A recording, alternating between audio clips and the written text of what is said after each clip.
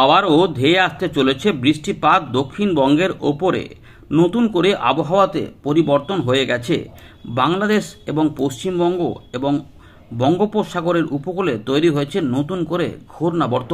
এর পাশাপাশি মৌসুমী অক্ষরেখা উত্তরবঙ্গ থেকে দক্ষিণবঙ্গে নেমে এসেছে। এর পাশাপাশি আরও একটি অক্ষরেখা বাংলার উপর দিয়ে বাংলাদেশ পর্যন্ত বিস্তৃত হয়ে গেছে।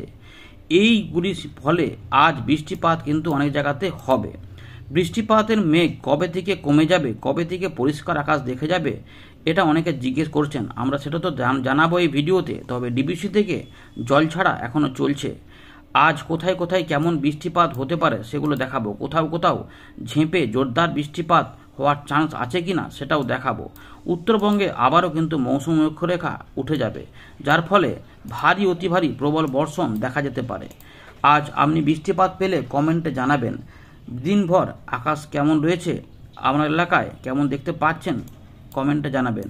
শাকসবজির দাম ইতিমধ্যে বৃষ্টিপাতের ফলে অনেকটাই বেড়েছে। ধান চাষিদের এবং সবজি চাষিদেরও বেশ সমস্যা রয়েছে।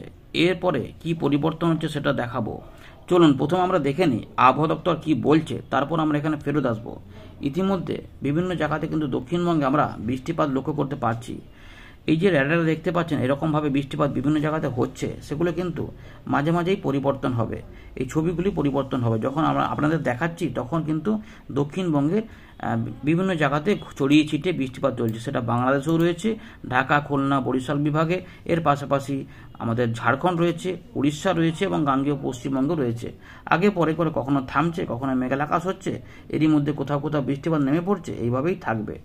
আমরা এখানেই ফেরত আসবো, তার আগে একবার দেখে নিই যে আবহাওয়া দপ্তর কী বলছে। নতুনরা চ্যানেলটিকে সাবস্ক্রাইব করে রাখুন। আমরা এবারে আপনাদের দেখাবো যে ভারতীয় মৌসুম ভবন বর্তমান আবহাওয়া সিস্টেম নিয়ে কী কী তুলে ধরেছে। ইতিমধ্যে আপনাদের বললাম যে মৌসুমী অক্ষরেখা পরিবর্তন হয়েছে, উত্তরবঙ্গ থেকে দক্ষিণবঙ্গে নেমেছে। তো ইতিমধ্যে দেখুন ভারতীয় মৌসুম ভবন জানাচ্ছে যে মৌসুমী অক্ষরেখা যেটা উত্তরবঙ্গে এবং হিমালয়ের পাদদেশের দিকে অবস্থান করছিল, সেটা কিন্তু ইতিমধ্যে ফিরোজপুর, পাতিয়ালা, মিরাট, ব্যারেলি, লখনৌ, বারাণসীর উপর দিয়ে ডালটনগঞ্জ হয়ে দক্ষিণবঙ্গের বাঁকুড়ার উপর দিয়ে দক্ষিণ পূর্ব দিক বরাবর উত্তর পূর্ব বঙ্গোপসাগর পর্যন্ত আবারও বিস্তৃত রয়েছে। এর ফলে দক্ষিণবঙ্গে বৃষ্টিপাতের প্রভাব বাড়ছে। এর পাশাপাশি আপার এয়ার সার্কুলেশন বা ঘূর্ণাবর্ত যেটা গাঙ্গেয় পশ্চিমবঙ্গ এবং উত্তর উড়িষ্যার দিকে অবস্থান করেছিল, সেটাতেও হয়েছে পরিবর্তন। সেটা সরে গিয়ে বাংলাদেশ পশ্চিমবঙ্গের উপকূল এবং সংলগ্ন উত্তর পশ্চিম বঙ্গোপসাগরে অবস্থান করেছে এবং দক্ষিণ পশ্চিম দিকে কাছ হয়ে রয়েছে এবং সমুদ্রপৃষ্ঠ থেকে যথাক্রমে 3.1 এবং 5.8 কিলোমিটার ওপরে অবস্থান করেছে। এর পাশাপাশি আরও একটি অক্ষরেখা রয়েছে যেটা উত্তর পূর্ব উত্তরপ্রদেশ হয়ে আমাদের বিহার, ঝাড়খণ্ড এবং গাঙ্গেয় পশ্চিমবঙ্গের উত্তর ভাগের উপর দিয়ে এটা দক্ষিণ বাংলাদেশ পর্যন্ত বিস্তৃত রয়েছে। এর অর্থ ঘূর্ণাবর্তের প্রভাবে উপকূলবর্তী জেলাগুলিতে বৃষ্টিপাত তো পাবেই, কিন্তু এই অক্ষরেখার প্রভাবে আমাদের বীরভূম, মুর্শিদাবাদ, পূর্ব বর্ধমান, নদিয়া, পূর্ব পুরুলিয়া, পশ্চিম বর্ধমান এই এলাকাগুলিতেও বৃষ্টিপাত হবে। মালদার দিকেও বৃষ্টিপাত থাকবে। বাংলাদেশেও বৃষ্টিপাত খুলনা বিভাগে ভালোই লক্ষ্য করা যাবে এবং বরিশালেও থাকবে এবং ঢাকা বিভাগেও কিছুটা বৃষ্টিপাত থাকবে। এর পাশাপাশি নতুন করে একটি অক্ষরেখা রয়েছে বাংলাদেশের, এখানে যেটা ছিল বাংলাদেশের মধ্যভাগের ঘূর্ণাবর্তটি ইতিমধ্যে শক্তি ক্ষয় করেছে এবং উত্তর পূর্ব আসাম এবং অরুণাচল প্রদেশে যে ঘূর্ণাবর্ত ছিল সেটাও কিন্তু অক্ষরেখা নেমে আসার ফলে শক্তি ক্ষয় করেছে। এগুলো দেখা যাচ্ছে। নতুন আর কোনো অক্ষরেখা আমাদের বাংলার আশেপাশে নেই। এটার প্রভাবে বৃষ্টিপাতের প্রভাব তো রয়েছে। তো উত্তর পূর্ব ভারতে এবং দক্ষিণবঙ্গ, বিহার, ঝাড়খণ্ড, উড়িষ্যাতে, বাংলাদেশ সহ বিভিন্ন অংশে রয়েছে সতর্কতা। কোথাও লাল, কোথাও কমলা, কোথাও বজ্রবিদ্যুৎ সহ ভারী বৃষ্টিপাতের সম্ভাবনা। হালকা মাঝারি বৃষ্টিপাতে মূলত চললেও কোনো অংশে জোরালো বৃষ্টিপাত হতে পারে, যার জন্যই এই সতর্কতা দিয়েছে। 8 তারিখের পর 9 তারিখেও উত্তরবঙ্গে বৃষ্টিপাত ভারী হলেও দক্ষিণবঙ্গে কিন্তু বৃষ্টিপাতগুলো একটু কমতে থাকবে। মূলত রবিবার, সোমবারে বৃষ্টিপাত কমতে থাকবে, কিন্তু উত্তরবঙ্গে আবারও কিন্তু ভারী থেকে অতি ভারী বৃষ্টিপাত দেখা যাবে। সেগুলো আমরা বলবো, আস্তে আস্তে দেখতে থাকুন। আমরা ফেরত চলে এলাম ওয়েন্ডির লাইভ স্ক্রিনে। তো ইতিমধ্যে আমরা র্যাডারে দেখতে পাচ্ছি দক্ষিণবঙ্গের উপরে, বাংলাদেশের উপরে, ঝাড়খণ্ডের উপরে বৃষ্টিপাত এবং উড়িষ্যার উপরেও বৃষ্টিপাত রয়েছে। এই যে এত মেঘ এখানে প্রবেশ করছে, এই মেঘগুলো কোথায় রয়েছে? একদম আমাদের দুই মেদিনীপুরের বিভিন্ন জায়গা, উপকূলবর্তী যে জায়গাগুলো রয়েছে, উড়িষ্যার বিভিন্ন বালেশ্বর, ভদ্রক থেকে একদম পুরী পর্যন্ত দেখা যাচ্ছে, ভুবনেশ্বর দিকে, এবং বাংলাদেশের দক্ষিণ ভাগ রয়েছে। এর পাশাপাশি শান্তিপুর, নদিয়া, একদম বীরভূম, মুর্শিদাবাদ, পূর্ব পশ্চিম বর্ধমান, এর পাশাপাশি পুরুলিয়া, বাঁকুড়া, ঝাড়গ্রাম, দুই মেদিনীপুর সহ হুগলি, এই যে কলকাতা, হাওড়া, বিভিন্ন অংশে কিন্তু বৃষ্টিপাতের মেঘ এখানে আস্তে আস্তে তৈরি হচ্ছে এবং মেঘগুলো কিন্তু ধেয়ে যাচ্ছে। এর ফলে কী হবে না, বৃষ্টিপাতগুলো সবসময় কিন্তু হবে না। আপারা যারা সার্কুলেশন থাকলেও এই যে মেঘগুলো এগোচ্ছে, এর ফলে কিন্তু মাঝে মাঝে থেমে থেমে বৃষ্টিপাত হবে এবং কোনো কোনো অংশে একটু জোরালো করে বৃষ্টিপাত অনেকটা সময় ধরে চলতে পারে। এই সম্ভাবনাগুলি তো থাকছেই। তাহলে আমরা দেখে নেব যে আগামী 3 দিন মেঘলা আকাশ কেমন থাকবে। তো আমরা দেখতে পাচ্ছি যে ভারী মেঘ কিন্তু হতে পারে। এই ঘূর্ণাবর্ত এবং অক্ষরেখার প্রভাবে প্রচুর পরিমাণে জলীয় বাষ্পের উপস্থিতি দক্ষিণবঙ্গ, বিহার, ঝাড়খণ্ড, বাংলাদেশে অবস্থান করবে। এর ফলে যেটা হবে যে একটু দমকা হাওয়াও কোথাও কোথাও থাকতে পারে, কিন্তু বৃষ্টিপাতের মনোরম পরিবেশ থাকলে আবহাওয়া পরিবেশ মনোরম হতে পারে। সেক্ষেত্রে আমরা দেখতে পাচ্ছি যে বীরভূম, মুর্শিদাবাদ, পূর্ব পশ্চিম বর্ধমান, নদিয়া, হুগলি এবং পুরুলিয়া, বাঁকুড়া এবং পশ্চিম মেদিনীপুরের দিকেও ভালো মেঘ তৈরি হতে চলেছে এবং তার ফলে বাংলাদেশ সহ বিভিন্ন অংশে বৃষ্টিপাত দেখা যাবে। বিহার, ঝাড়খণ্ডেও ভারী মেঘ হতে পারে। পরের দিকে কলকাতা, হাওড়া, 24 পরগনার দিকেও সকালের পর আবার বৃষ্টিপাতের মেঘ আসতে পারে। রাতের দিক থেকে উত্তরবঙ্গে কিছু মেঘ দেখা যাবে, যেটা হালকা মাঝারি ভারী বৃষ্টিপাত কিছু কিছু অংশে দেখা যেতে পারে। যদিও অক্ষরেখা নেমেছে, তাই একটুখানি কমে যাবে বলেই মনে হচ্ছে। তবে শনিবার, রবিবার মেঘের পরিমাণ ধীরে ধীরে আস্তে আস্তে কমতে থাকবে। শনিবারে যা থাকবে রবিবারে তার থেকে একটু কম হবে, একবার দুবার ওই দুপুর থেকে সন্ধ্যের মধ্যে যদি হলো তাই, এবং সঙ্গে থাকবে বিক্ষিপ্ত বৃষ্টিপাত। এই সময়কালে আবারও হিমালয়ের পাদদেশে অবস্থান করবে মৌসুমী অক্ষরেখা, যার ফলে 10 তারিখ রাতে কিছুটা বৃষ্টিপাত বাড়বে, মেঘ বাড়বে উত্তরবঙ্গে।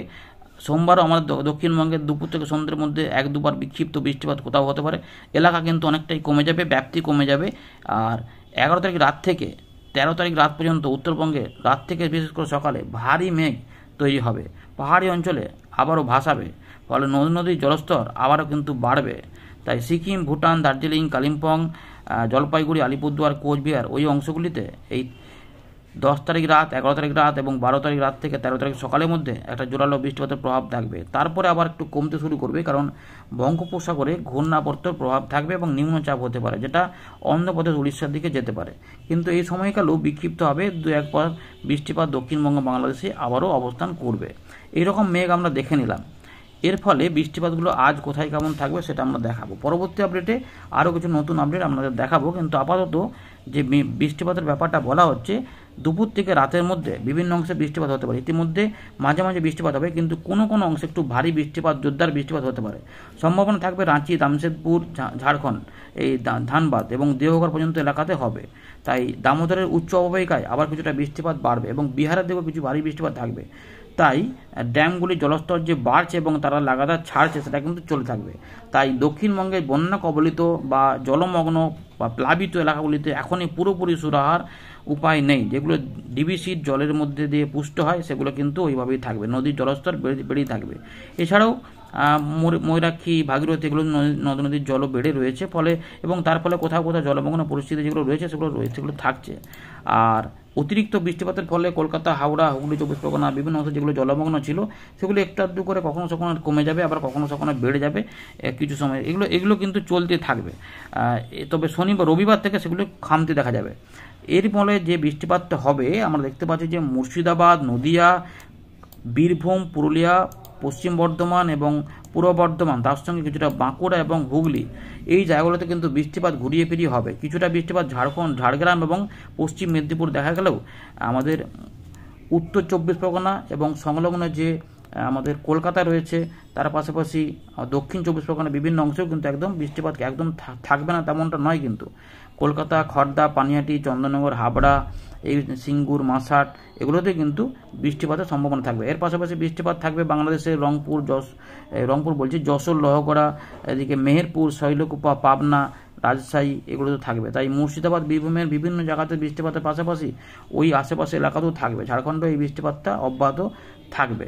এইটা কিন্তু দেখুন রাত পর্যন্ত মোটামুটি সন্ধ্যা পর্যন্ত থাকবে, তারপর আবার বৃষ্টিপাতের মেঘ কমে যাবে, থমকে থাকবে। দু একবার কোথাও কোথাও অল্প স্বল্প মেঘ হতেও পারে, কারণ জলীয় বাষ্প উপস্থিত থাকবে।